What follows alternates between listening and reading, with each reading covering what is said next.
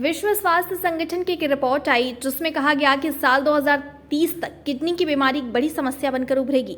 जिस रफ्तार से किडनी रोग बढ़ रहा है वह स्थिति काफी खतरनाक है। इस बीमारी की चपेट में आने से बहुत से लोगों की जान जा रही है, लेकिन होम्योपैथी में किडनी की गंभीर बीमारी झेल रहे मरीजों का इलाज पूरी तरह से संभव है, बशर्ते समय पर मरीज डॉक्टर के पास पहुंच सके और उसका इलाज शुरू हो सके। मरीज को डायलिसिस पर जाने से बचाया जा सकता है। यह जानकारी डॉक्टर अर्चना श्रीवास्तव ने दी। डॉक्टर अर्चना बताती हैं कि किडनी की बीमारी झेल रहे मरीज को डायलिसिस बचाना ही उनका मिशन है। इसके लिए वह लगातार काम कर रही हैं। इसके बेहतर परिणाम भी दिखाई पड़ रहे हैं। कई मरीजों का क्रिएटिनिन लेवल अपने सामान्य स्तर पर आ गया है और मरीज अपने रोजमर्रा के काम भी आसानी से कर रहे हैं। सही डाइट और होम्योपैथी की दवाओं के बल पर मरीज को एक सामान्य जिंदगी जीने में कोई दिक्कत नहीं आती है। और उन्होंने क्या कुछ कहा, आप भी सुनिए। एक बात मैं आप लोगों को बता दूं कि WHO की एक रिपोर्ट आई है जिसमें कि ये कहा गया है कि 2030 तक ये वर्ल्ड की 5th मेजर प्रॉब्लम रहेगी आने वाले भविष्य में। ये किडनी रोग इतनी तेज़ी से फैल रहा है कि इसको कंट्रोल करना मुश्किल है और इससे बहुत पेशेंट्स की जान जा रही है। ये बहुत बड़ा एक रीज़न है कि लोग जो हैं बीमार हो रहे हैं और इसमें लोगों की जान जा रही है। तो होम्योपैथी में ऐसा ट्रीटमेंट है कि जिसमें कि पेशेंट की किडनी फंक्शन को हम लोग रिस्टोर करते हैं, उसको पुरानी लाइफस्टाइल में वापस लाते हैं। क्योंकि एक बार जब किडनी डैमेज होने लगती है तो पेशेंट की जो लाइफ है और जो उसका ऑक्यूपेशन है, जो प्रोफेशन है, वो पूरा डिस्टर्ब हो जाता है, उसकी पूरी फैमिली डिस्टर्ब होने लगती है। तो होम्योपैथी में ऐसा ट्रीटमेंट है कि जिसमें कि किडनी के फंक्शंस रिस्टोर होते हैं और वापस वो पुरानी लाइफस्टाइल में पेशेंट लौट आता है।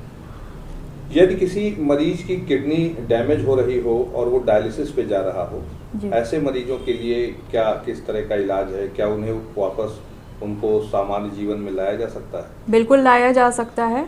एक बात मैं और बता दूं कि जब किडनी डैमेज होने लगती है, जब रीनल फेलियर की तरफ पेशेंट जा रहा होता है, तो क्रिएटिनिन लेवल जो है वो हाई होने लगता है।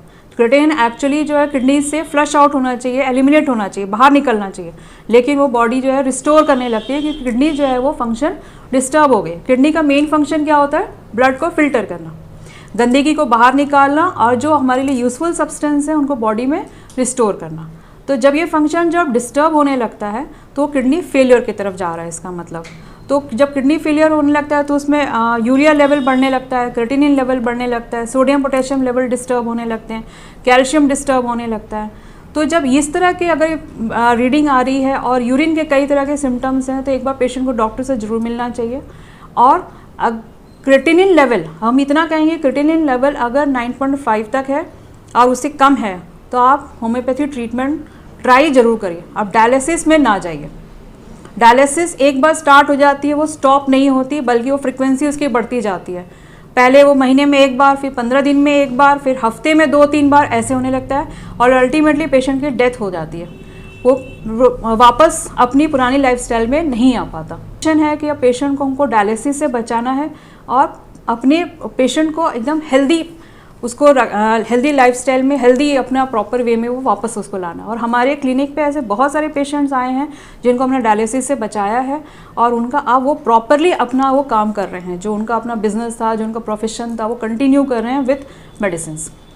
क्या सामान्य ज़िंदगी में जो बताते हैं ये किडनी डिजीज़ और रीनल फेलियर होने के बाद फिर ज़िंदगी जो है बहुत कम बचती है व्यक्ति की, क्या उनके जीवन को लंबा किया जा सकता है? बिल्कुल किया जा सकता है। आप होम्योपैथिक ट्रीटमेंट लीजिए, डायलिसिस स्टार्ट ना करिए और होम्योपैथिक ट्रीटमेंट से आपका लाइफ जो है लॉन्ग हो सकता है, आपको हम डेथ से बचा सकते हैं।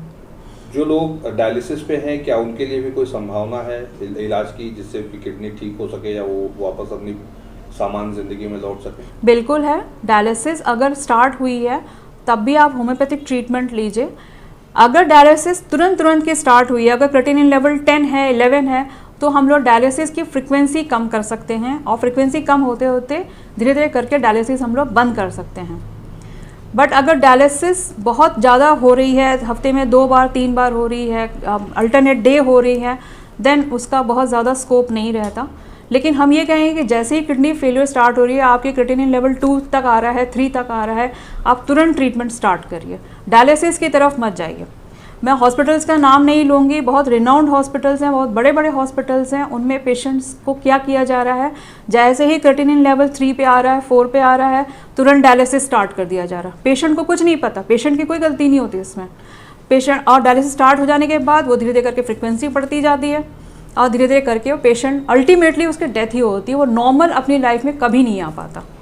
तो हमारा मिशन ये है कि हमारी क्लिनिक पे ये चीज़ होती है कि हम लोग डायलिसिस स्टार्ट ना होने दें, और डायलिसिस अगर स्टार्ट हो गई है तो उसकी फ्रिक्वेंसी हम कम कर सकें।